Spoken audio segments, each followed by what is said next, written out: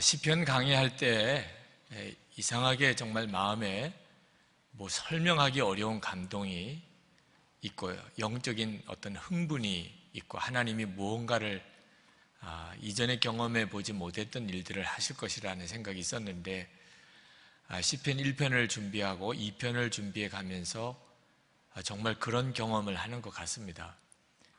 시편은 우리에게 하나님께 반응하게 해주는 놀라운 역사가 있는 책인 것을 시편 강해 설교를 하면서 정말 놀라웠게 경험을 합니다. 하나님은 진짜 살아계신가? 물론이고 하나님의 나라, 그 하나님의 나라를 열어 보여주는 놀라운 체험을 하게 하고 하나님의 음성을 듣는 것이 무엇인지를 놀랍게 느끼게 해줍니다. 고린도 후서 12장 2절 4절까지 보면 사도 바울이 셋째 하늘에 올라가는 체험을 합니다. 그때 어떤 체험을 했는지는 잘 몰라요. 사도 바울도 분명히 말을 하지 않고 있으니까. 그런데 꼭 그와 같은 비슷한 체험을 하는 것 같은 느낌을 받습니다. 여러분들에게 부탁을 드리는 것은 시편 강해를 이렇게 해 나가기로 이미 정해졌으니 다음 주일에는 무슨 시편을 강의할지 아시잖아요. 미리 꼭 한번 시편을 읽고 묵상하고 오시기 바랍니다. 제가 시편을 강의하면서 좀 걱정스러운 것이 하나 있습니다. 그것은 하나님이 저에게 부어주시는 은혜가 믿어지지 않을 정도로 큰데 이걸 오늘 이 자리에서 잠깐 시편을 읽고 30분 짧은 시간에 말씀을 들으시고 얼마나 전달을 할 수 있으며 또 소화를 하실 수 있겠나 하는 안타까움이 있습니다. 하나님이 부어주신 은혜는 정말 너무 놀라운데 그것을 전하는 일에는 참 한계가 있다는 생각이 듭니다. 저는 어릴 때부터 하나님을 믿는다고는 했지만 솔직히 하나님보다는 세상이 훨씬 커 보였어요. 세상은 너무 크고 또 세상 사람들은 너무 많고 그것도 하나님을 안 믿는 사람들이 대부분이고 그런데 교회는 너무 초라해 보이고 세상 사람들에 비하면 예수 믿는 사람들은 너무 작고 그것이 제가 학생 때 또 청년 때 제가 가지고 있었던 신앙적인 고민이었습니다. 하나님은 진짜 살아계시고 정말 천지를 창조하신 하나님이시라면 왜 하나님을 안 믿는 사람들이 이렇게 많으며 또 하나님을 안 믿는 사람들이 왜 세상 권세는 또 다 가지고 있는 것처럼 보이는가? 교회는 너무 초라해 보이고 그런 고민이 저에게 있었습니다. 근데 오늘 시편 2편을 하나님께서 보여주시면서 그 질문에 대한 답을 이 시편 2편에서 주고 계신다는 걸 알았습니다. 1절에서 3절까지 말씀해 보면 하나님을 대적하고 부인하고 하나님을 조롱하는 이 세상의 권세자들에 대해서 말씀하고 있습니다. 어찌하여 이방 나라들이 분노하며 민족들이 헛된 일을 꾸미는가? 세상의 군왕들이 나서며 관원들이 서로 꾀하여 여호와와 그의 기름 부음 받은 자를 대적하며 우리가 그들의 맹 것을 끊고 그의 결박을 벗어버리자 하는도다. 세상 사람들은 하나님을 안 믿어요. 그리고 아주 노골적으로 하나님을 조롱합니다. 그런데 그런 사람이 너무 많다는 거예요. 여기 보니까 1절에 민족들이라고 그랬습니다. 100명, 200명 단위가 아니고 민족들로 따져야 될 정도로 하나님을 안 믿는 이들이 많아요. 또 한결같이 그들이요 유력한 자들이에요. 세상의 군왕과 관원이라고 했습니다. 군대를 다스리고 정권을 가지고 있고 회사를 이끌어가고 그리고 각 기관들, 단체들 실제로 모든 리더십은 한결같이 왜 그렇게 하나님을 안 믿는 사람들이 많으냐 말입니다. 하나님이 진짜 살아계시면 이게 어떻게 된 일이냐 하는 거죠. 우리가 세상 살아가는 동안에 우리가 부딪히는 문제들이에요. 그런데 비해서 하나님을 믿는 사람들은 너무 나약해 보이는 겁니다. 세상 사람들은 정치, 경제, 사회, 문화 모든 분야에서 모든 권세를 다 가지고 세상을 뒤흔들고 있는데, 예수 믿는, 하나님을 믿는다는 사람들은 그냥 맨날 모여서 찬송가만 부르고 기도만 하고 어떻게 이 세상을 싸워가겠다는 건지 우리 스스로가 너무 초라해 보인단 말입니다. 그러니까 젊은이들이, 똑똑하고 야심이 있는 젊은이들이 교회를 떠나는 것도 이해가 돼요. 그들도 다 생각하는 게 있잖아요. 어느 쪽에 줄을 서야 앞으로 성공하게 될 건가? 이 교회 와서 보니까 이게 뭐 언제까지 성경만 읽고 기도만 해가지고 뭐가 되겠나? 세상을 보니까 거기는 화려하고 힘이 있고 수가 많아요. 그러니 조금만 머리가 깨서 세상을 볼 줄 알면 그럼 교회보다는 세상이 더 재미있어지게 된단 말입니다. 자, 그런데 오늘 이 시편을 읽으면 전혀 새로운 눈을 열어줍니다.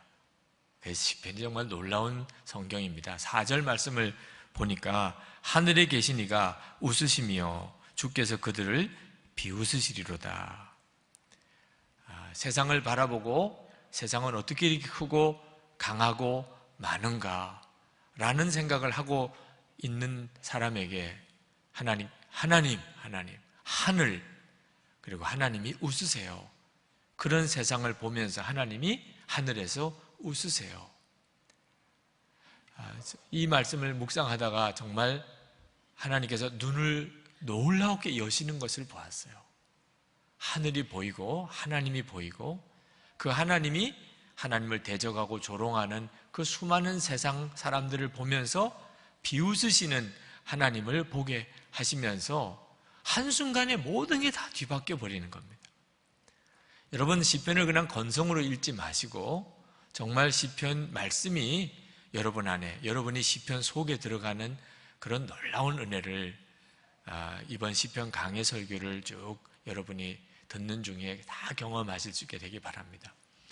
여러분, 우리가 세상에 나가서 살다가 보면 위축을 당하게 됩니다. 또 우리보다도 직급이 높은 상사에게 그가 하나님을 안 믿는 사람일 경우에는 우리의 믿음이 조롱을 받아요. 하나님을 믿는다고 하지만 세상에 나가면 통하지가 않습니다. 그럴 때 세상이 두려워지고 또 어떤 사람이 너무 무섭고 그 사람 앞에 가면 말 한마디도 제대로 못하고, 하나님이 우리를 향한 계획이 아닙니다. 근데 그때 눈이 안 열려서 그런 겁니다. 세상만 커 보이고 하나님의 나라는 보지 못하니까 그런 거죠. 근데 우리가 눈이 열려서 하나님을 보고 하나님의 나라를 보게 되면 완전히 뒤바꿔지게 됩니다. 여러분, 이 세상이 굉장히 커 보이죠. 뭐 왕이 있고 대통령이 있고 수상이 있고 그런 사람들이 이 일하는 차원은 어떤 세상일까? 우리나라의 G20 세계 정상회의가 있었지만 도대체 그 사람들의 세계는 어떤 세계일까? 감히 상상도 못하겠어요. 그런데 하나님의 나라는 그 비교가 안 돼요. 이 세상에 왕, 대통령, 수상들이 다스리는 이 세상과 하나님의 나라는 비교가 안 돼요. 신문이나 또는 TV에서 세상이 얼마나 넓은가를 여러 가지 프로그램과 기사와 보도로 우리에게 보여줍니다. 야, 세상 정말 넓구나. 저곳에 내가 평생 한번 가볼 수도 없을 텐데 세상이 정말 넓고 정말 신기하고 놀라운 데가 많습니다. 그러나 하나님의 나라에 비하면 아무것도 아니에요. 이 세상은 핵 전문가 또는 군사 전문가, 그들이 두꺼운 책들을 쓰면서 우리로서는 상상도 못하는 그런 과학의 세계 또는 그런 전문 분야들에 대해서 수많은 지식들이 도서관에 있지만 그 모든 지식이 보여주는 세계보다 하나님의 나라는 비교할 수도 없이 크고 놀라워요. 그 눈이 열리고 나면, 그러면 세상 바라보는 우리의 눈이 완전히 바뀌어 버립니다. 이사야 6장에 보면 하나님의 성전에 들어가서 우시야 왕이 죽고 아수르라고 하는 나라가 강대국이 일어나는 것을 향하여 두려운 마음으로 나라 위에 걱정하며 기도하고 있을 때 하나님께서 그 이사야의 눈을 열어서 하나님의 보좌와 그 하나님께 예배드리는 광경을 보여주셨어요. 그냥 보여주신 것뿐이에요. 그리고 이사야가 완전히 꼬꾸라졌어요. 이사야의 눈에는 하나님을 믿는다고 하면서도 그는 하나님이 계신 걸 알았고, 그리고 하나님의 나라가 있다는 것도 다 믿지만, 그러나 왕이 죽고 이제 아수르라고 하는 나라가 삼킬 듯이 다가오고 있는 이런 상황에서 정말 너무너무 두려웠다 그 말이에요. 하나님을 믿어도 그런 정도의 믿음은 세상을 못 이긴단 말이에요. 근데 눈이 뜨여서 하나님의 보좌를 보고 나니까 이사야의 마음에 아수르에 대한 걱정이나 이게 다 사라져버리고 말았어요. 우리나라가 지금 심각한 위기 가운데 있지만 우리가 2개월 동안 기도하자고 하는 이유는 그 2개월 동안 하나님께서 우리 눈을 열어 하나님을 보게 하고 하나님의 나라를 보게 하게 되면, 그러면 우리가 걱정하던 게 진짜 걱정할 만한 가치가 있는 건지를 알게 해주신단 말입니다. 사도 바울이 고린도후서 12장 2절 4절에 셋째 하늘에 올라가 봤다고 그랬는데, 셋째 하늘에 올라가서 말할 수 없는 것을 보고 들었다고 그랬어요. 하나님이 말하지 말라고 그랬습니다. 또 설명도 안 되는 것이고. 그런데 그 셋째 하늘을 보고 난 다음에 사도 바울은 세상의 모든 좋은 것들 다 배설물처럼 여겨지더라는 거예요. 그냥 배설물처럼 여겨지는 거예요. 그 놀라운 하나님의 나라를 보고 나니까. 여러분, 우리 예수를 믿는 우리들이 세상을 어떤 눈으로 보아야 하는지를 시편이 우리에게 보여주고 있어요. 네. 하늘이 있고 하나님이 계시고 그 하나님이 하나님을 조롱하고 대적하는 이들을 향하여 비웃으세요. 우리가 이 눈이 뜨이면 그러면 우리의 삶 전체가 바뀝니다. 히브리서 12장 1절에 보면 우리에게 구름같이 둘러싼 허다한 증인들이 있으니 그랬어요. 우리가 사방을 둘러보면 다 하나님을 안 믿는 사람들만 있는 것 같아요. 네. 그런 사람들만 눈에 보이면 죄 안 짓고 살기 정말 어렵습니다. 세상이 우리를 죄 짓게 만드는 걸 어떡합니까? 그리고 힘들고 어려운 일이 있을 때 도무지 인내할 수가 없어요. 그런데 여러분, 내 눈에 보이는 세상 사람만 보지 말고 하나님의 눈 열어주셔서 허다한 증인들이 하나님의 나라에서 우리 주변을 다 둘러싸고 있는 것을 우리가 보게 되면, 그러면 외로움이 무슨 외로움이에요? 나 혼자입니다 이런 기도가 어떻게 나와요? 죄 지으라고 해도 짓지도 않아요. 허다히 많은 증인들이 지금도 여러분이 예배드리고 있는 지금 이 시간에 여러분들을 보고 계시다는 거예요. 황홀하죠? 정말 황홀한 일이에요. 네. 자, 그런데 참 이해가 안 되는 것은 그 하나님이 진짜 살아계시고 하나님의 나라가 이미 있지만 이 세상에는 하나님을 안 믿는 사람들이 많고 심지어 하나님을 대적하고 조롱하기까지 하는데, 하나님께서 그 세상 사람들을 한순간에 입을 다물게 하실 수 있잖아요. 이 세상은 하여튼 뭐든지 커야 되는 거예요. 커야. 그래서 항상 크기를 비교합니다. 건물도 어느 건물이 크냐, 얼마나 사람이 많이 모였느냐, 그게 세상에 아주 중요한 관심사예요. 얼마나 힘이 많으냐, 얼마나 돈이 많으냐, 그것 가지고 세상은 통하는 거죠. 그게 진리예요, 이 세상에는. 그러면 하나님께서 한순간에 세상 사람들을 완전히 코가 납작하게 하실 수 있잖아요. 스핑크스보다 훨씬 더 큰 건축물을 하나님이 만들게 하시고 불가사의한 어떤 신상을 만들면 사람들이 돈 내고 구경까지 올 거 아니겠어요? 하나님이 이 세상에 하나님을 대적하고 교만한 사람들 한순간에 코를 납작하게 만들 수 있는 방법이 왜 없으시겠어요? 그런데도 하나님께서 하시는 방법은 참 이해가 안 됩니다. 세상 사람들은 무기를 자랑하고 신상을 자랑하고 건축물을 자랑하고 하고 있는 때에 하나님은 아주 평범한 사람 한 사람을 택하시는 거예요. 그리고 그에게 기름을 부으시고 그리고 당신의 종을 삼으시고 그를 통하여 세상에 하나님의 살아계심을 드러내려고 하신단 말입니다.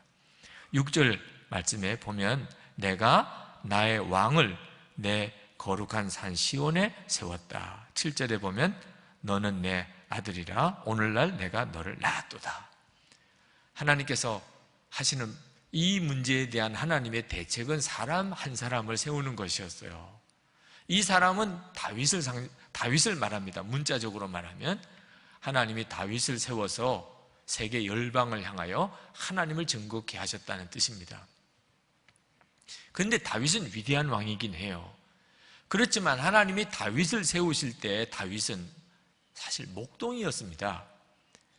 우리식으로 말하면 우리가 늘 그저 오고 가면서 보는 평범한 사람, 오늘 이 시간에 이 예배당에 앉아있는 우리 서로를 보는 아주 평범한 사람, 그 평범한 사람 중에서도 너무 약해 보이는 사람, 그런 사람 하나를 하나님이 택하셔서 그를 기름 부어서 하나님의 종으로 열방을 향한 하나님의 증인으로 세우신다. 참 답답하지요. 하나님, 세상은 그런 세상이 아닙니다. 하나님, 세상은 숫자로 밀어붙여야 되고 크기로 밀어붙여야 되는 세상입니다. 그래야 하나님 살아계신 것을 한번 확 사람들이 보는 눈에 한번 보여주시면 그러면 막 다 꼬꾸라져서 돌아오지 않겠습니까? 하나님 그렇게 안 하신다는 거예요. 이스라엘이라고 하는 나라는 아주 강대국에 둘러싸여 있는 나라예요. 남쪽으로는 애굽, 북쪽에는 아수르와 바벨론, 그리고 로마, 이게 사방에 아주 막강한 그런 강대국들로 둘러싸여 있는데 이 강대국들은 한결같이 어떤 큰 걸 과시하는 그런 나라들입니다. 신전을 지어도 엄청나게 크게 짓고 신상을 지어도 상상하기가 어려울 만한 신상을 짓고 그리고 무자비한 군대를 육성해서 그 군대를 통해서 무시무시한 소문이 나게 만들고 그리고 또 엄청난 도서관을 짓고 이런 식으로 자기 나라를 과시해요. 자기들이 믿는 신을 또 과시하고. 그러면 하나님이 당신의 택한 이스라엘은 그보다 훨씬 더 큰 걸 만들어 놓으면 되잖아요. 근데 하나님께서는 계명을 주실 때 우상을 만들지 말라. 그래서 그 강대국 사이에 끼어있는 이스라엘에는 볼 게 아무것도 없어요. 건물치고 제대로 큰 거 볼 게 없어요. 하나님이 절대로 신상은 만들지 말라고 그래서 신상도 없어요. 눈에 보일 게 없어요. 가봐도 구경할 게 없다니까요. 하나님은 그런 방법으로 하나님의 영광을 드러내고 하나님의 존재를 드러내려고 하지 않는다 그 말이에요. 그건 마귀에게 완전히 속는 거란 말이에요.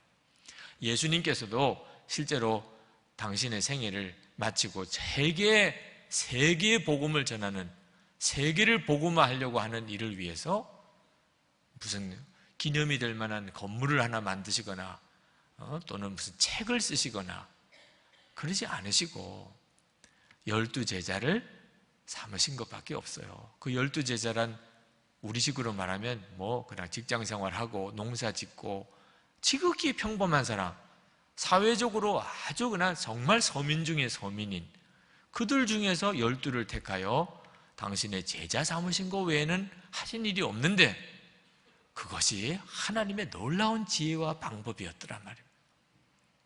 그것을 통해서 하나님은 이 땅에 하나님을 드러내시기를 원하셨어요. 여러분, 하나님께서 왜 그렇게 하셨을까? 하나님의 계획하심은 예수 그리스도에게 있었어요.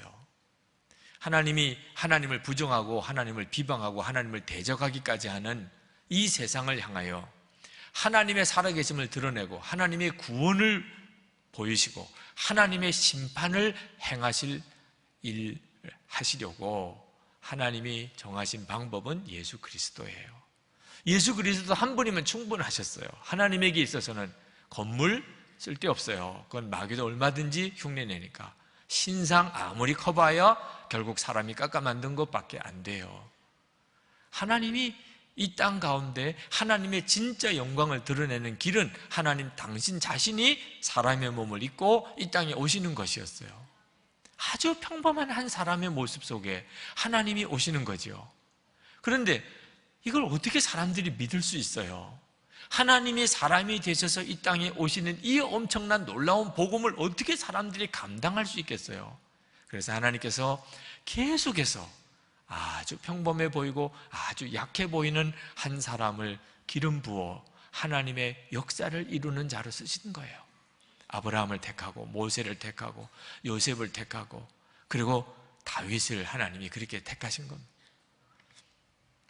그리고 하나님께서 계속해서 예수 그리스도 안에 하나님의 영광을 보게 우리를 계속해서 학습시킨 거예요. 그리고 이제 약속대로 예수 그리스도가 오신 거예요. 우리에게 이것보다 놀라운 일은 없습니다. 하나님의 계획하시면 예수 그리스도인데 오늘 시편 2편에 나오는 이 다윗을 향한 이 모든 말들이 사실은 예수 그리스도를 향한 고백이에요. 다윗은 예수님을 상징하는, 예표하는 사람일 뿐입니다. 예수님을 말씀하려고 다윗을 세우신 것뿐이에요. 히브리서 1장 5절에 보면은 오늘 시편 2편에 나오는 이 내용이 전부 예수님을 향한 것이라고 하는 사실을 밝히고 있습니다. 그리고 마태복음 복음서를 쭉 읽어내려가 보면 예수님이 세례 받으실 때라든지 변화산상에서라든지 하늘에서부터 음성이 들리기를 이는 내 기뻐하는 아들이라, 오늘 시편 2편에 나오는 그 말을 그대로 인용해서 예수님을 하나님이 계획하시는 바로 그 사람이라고 하는 것을 증명해 보여주시죠.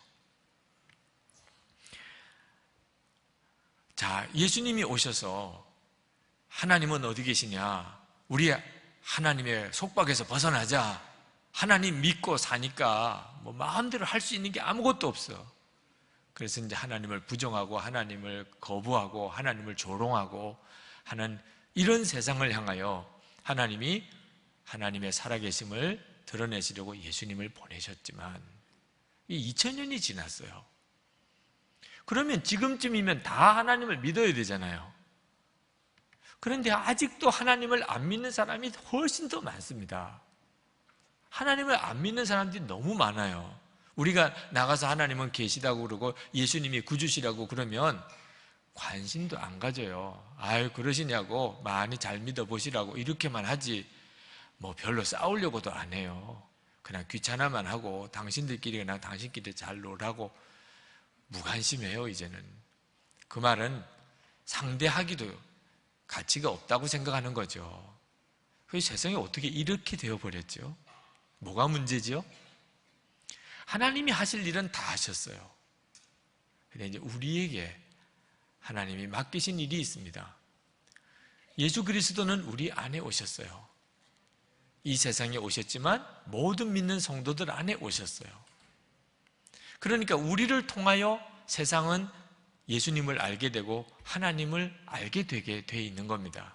하나님이 다윗을 택하여 하나님의 영광을 드러내신 것처럼, 모세를 쓰셔서 하나님의 살아계심을 드러내신 것처럼 지금도 모든 예수 믿는 성도들을 하나님이 쓰셔서 하나님을 믿지 않는 세상에 하나님을 증거하려고 하시는 거고, 그건 그 일은 이미 우리 가운데 이루어졌어요. 우리가 예수님을 다 마음에 모셨죠. 근데 뭐가 문제인가? 왜 세상은 이렇게 많은 예수 믿는 사람들이 있는데도 하나님을 알지 못할까? 12절 말씀을 읽다가 하나님이 제게 너무나도 도전이 되는 구절을 주셨습니다. 12절에 보면 그의 아들에게 입맞추라. 저는 한 주간 내내 그의 아들에게 입맞추라라고 하시는 이 말씀을 붙잡고 기도하고 묵상하고 기도하고 묵상하고, 이건 제게 있어서는 정말 황홀한 일이었어요. 우리가 예수님을 믿어도 예수님을 비인격적인 어떤 신으로만 여길 수가 있습니다. 그 말은 예수님께 입맞춘다는 것이 전혀 느낌으로 안 와닿는 거죠. 예수님을 믿기는 해요, 내가. 그런데 예수님에게 입을 맞춘다. 그 정도로 예수님을 내가 알고 친밀하고 사랑하고 이런 관계는 아니에요. 예수님을 이렇게 믿어서는 세상이 아무리 예수 믿는 사람이 많아도 하나님이 살아계시다는 걸 알 수가 없다는 겁니다. 여러분, 우리나라 문화는 이렇게 서로 사랑하는 사람들끼리 교제할 때 입을 맞추는 문화가 아닙니다.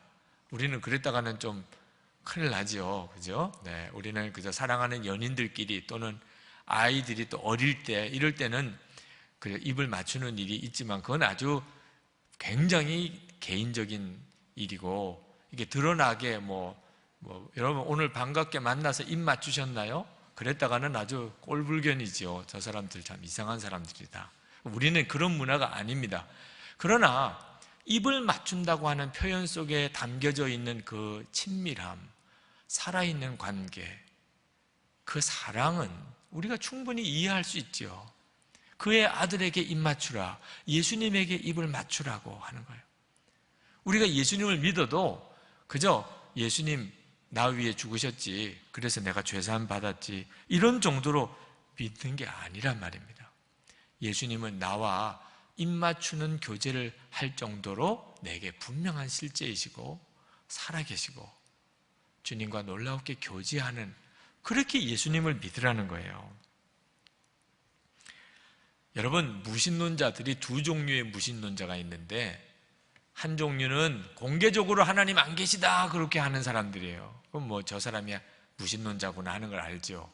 또 한 종류는 믿는데, 하나님을 믿는데요, 그런데도 실제로 삶으로는 전혀 하나님을 믿는 삶이 아닌 사람. 디도서 1장 16절에 그들이 하나님을 시인하나 행위로는 부인하니 가증한 자여 복종하지 아니하는 자여 모든 선한 일을 버리는 자니라 그랬습니다. 그러니까 실제로는 전혀 하나님을 안 믿는 거예요.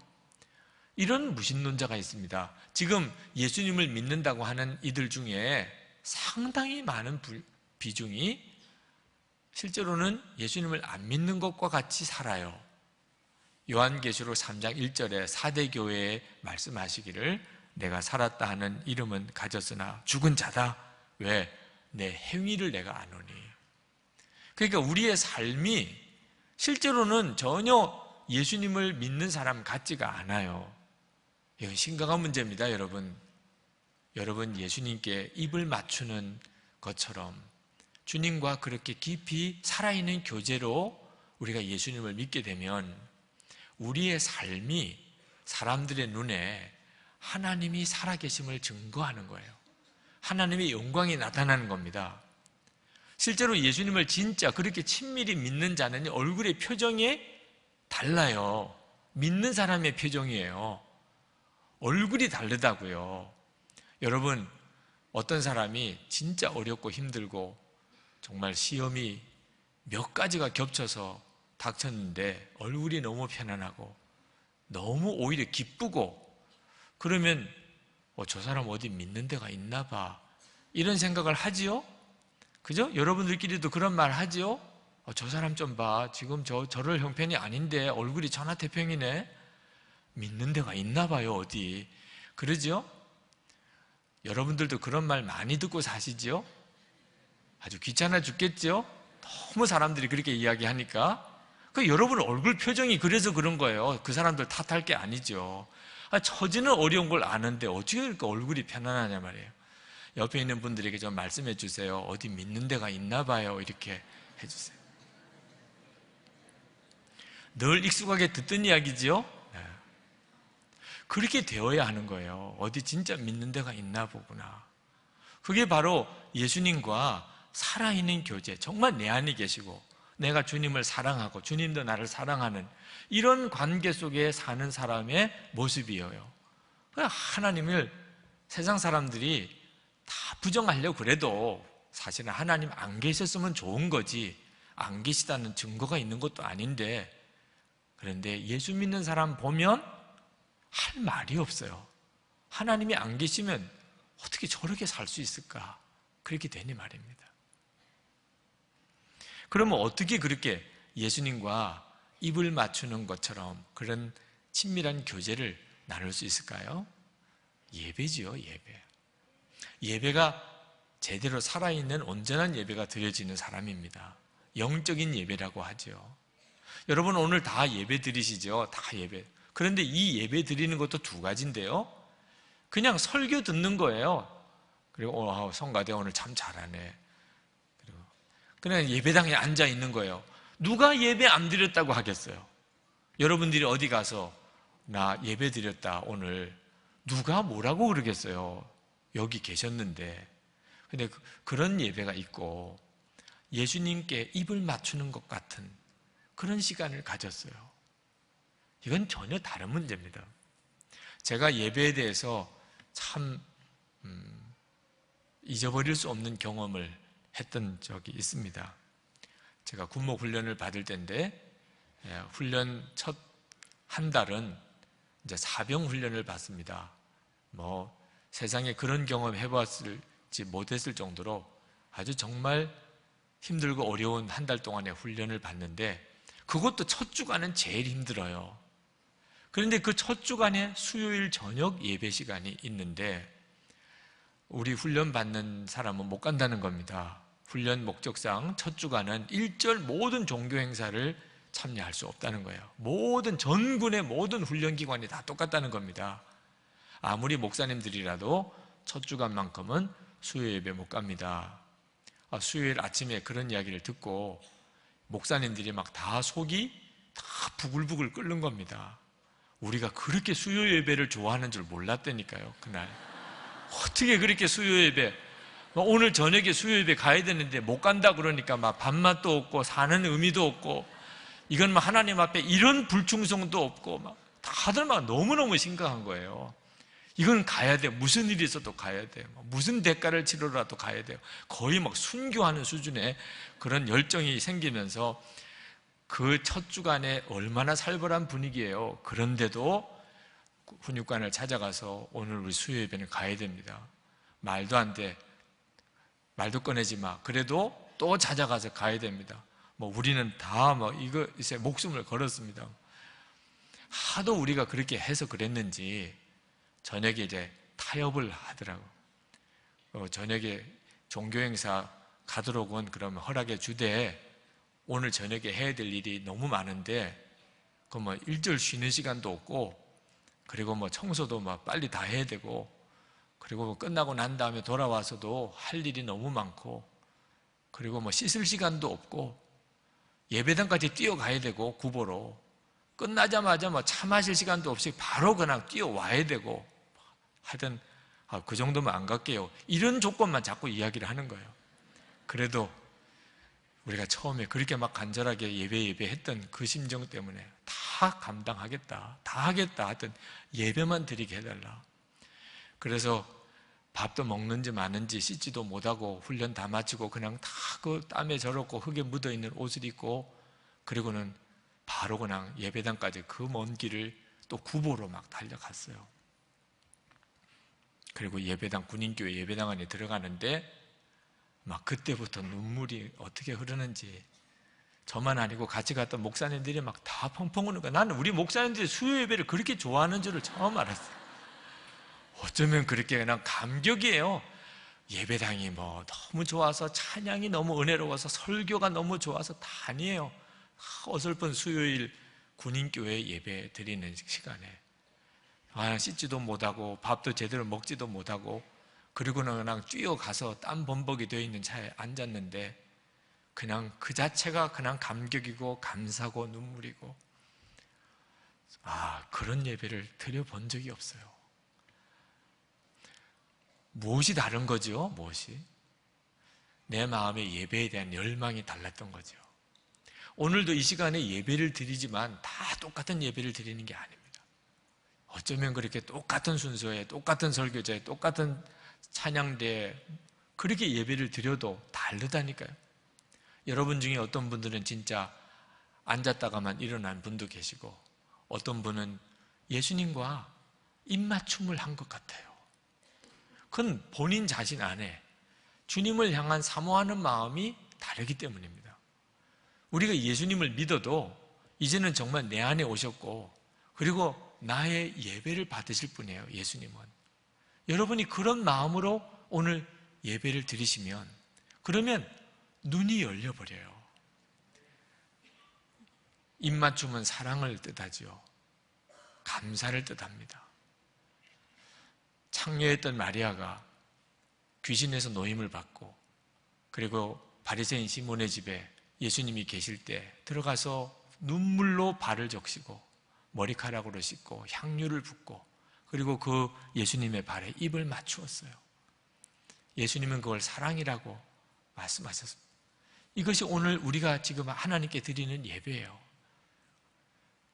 탕자가 아버지 집에 돌아왔을 때 아버지가 탕자를 냄새나는 그 몸을 그대로 끌어안고 입을 맞췄다고 그랬어요. 오늘 이 시간에 우리가 주님 앞에 이런 모습으로 와서 주님과 그렇게 입을 맞추는,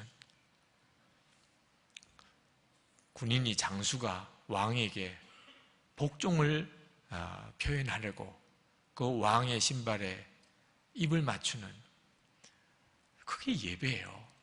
오늘 우리는 그저 앉아서 설교 듣는 게 예배가 아닌 것입니다. 오늘 내가 하나님께 찬송을 드리고 내 준비한 감사의 예물을 드리고 하나님께 내가 할 수 있는 모든 경외하는 내 마음의 중심을 이 예배 시간에 하나님께 올려드리는 거죠. 여러분이 이렇게 예배를 드리면, 그러면 시편 2편 기자가 본 그걸 보아요. 저는 어릴 때부터 수도 없는 예배를 드렸지만 이렇게 예배를 드리라고 배우지를 못했어요. 그저 예배에 대해서 가르쳐 주신 거라고는 떠들지 마요. 떠들지 마. 그게 어릴 때부터 제게 있어서 예배의 제일 중요한 교훈이에요. 안 떠들면 예배를 드린 거예요. 저는 목회하면서도 진짜 예배를 몰랐을 때는 교인들을 성경 공부도 시키고 전도도 시키고 조직도 하고 선교회도 만들고 속회도 만들고 다 했지만, 예배는 저 자신에게 있어서조차 이건 그냥 순서를 진행해 나가는, 설교를 통해서 성도들에게 감동을 주어서 하여튼 어떻든지 교회에 많이 나오게 하는 제게는 일이었지, 그건 예수님에게 입을 맞추는 거하고는 상관이 없었어요. 하나님께서 저에게 문제가 예배에 있다는 걸 알게 해주셨고, 그래서 그때부터 저는 예배가 주님을 정말 향하는 것이고, 그때 군목 시절에 경험했던 그 예배의 감각을 항상 떠올리면, 예배는 그런 것이구나. 순서가 아무 상관이 없다니까요. 목사 설교가 어떻고 성가대가 찬양이 어떤 게 아무 상관이 없다니까. 하나님께 드리는 예배 그 자체는 주님과 나와의 관계지요. 정말 예배 드리러 여러분 이제부터 여러분의 기쁨은 예배 드리는 거 한번 그렇게 삼아 보세요. 찬송하고 싶어서 가는 거고 헌금 드리고 싶어서 가는 거고. 그렇죠? 그러시면 놀라운 일이 벌어져요. 예배가 끝나고 난 다음에 나올 때 어쩌면 모든 게 그렇게 다 달라지죠. 세상은 콩알같이 작아지고 하나님은 그렇게 커 보여요. 그렇게 문제가 커 보이고 사람이 무섭고 여러 가지 시험 때문에 마음이 상하고, 근데 예배가 제대로 드려지고 나면 완전히 다 뒤바뀌어 버린다니까. 하나 문제가 안 되는 걸 가지고 고민했었네. 아니 걱정도 안 할 문제 가지고 두렵지도 않은 사람을 왜 그렇게 내가 두려워했을까? 하나님과 그 하나님의 나라가 보이고 나니까 세상은 아무것도 아니라니까. 오늘도 여러분 정말 그런 예배를 드려보세요. 우리가 이렇게 예수님을 믿지 못하면 큰 문제가 생깁니다. 12절 하반절에 보면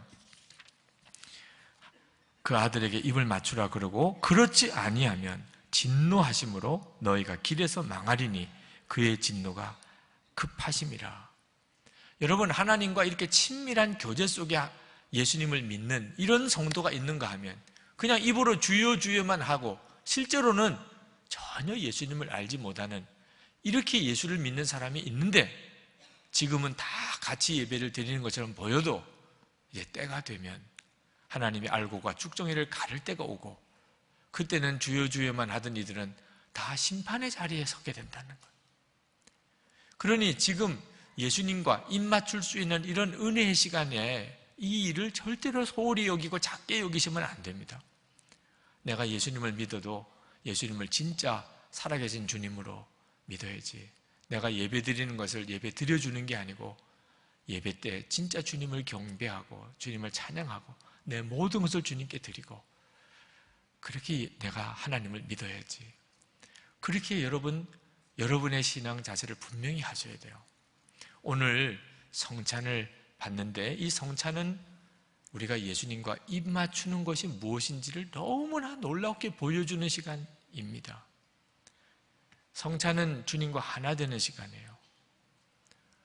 예수님께서 지금 우리 눈에 보이시진 않지만 그러나 분명히 우리와 같이 계시다는 것을 우리로 잊어버리지 않게 해주시려고 이렇게 떡과 포도즙으로 이것이 내 살이고 이것은 내 피라고 하시면서 예수님을 진짜 믿고 바라보게 해주는 시간, 내 입으로 이 떡과 포도즙을 먹음으로 예수님은 이렇게 나와 한 몸이구나 하는 것을 분명하게 알게 해주는 시간.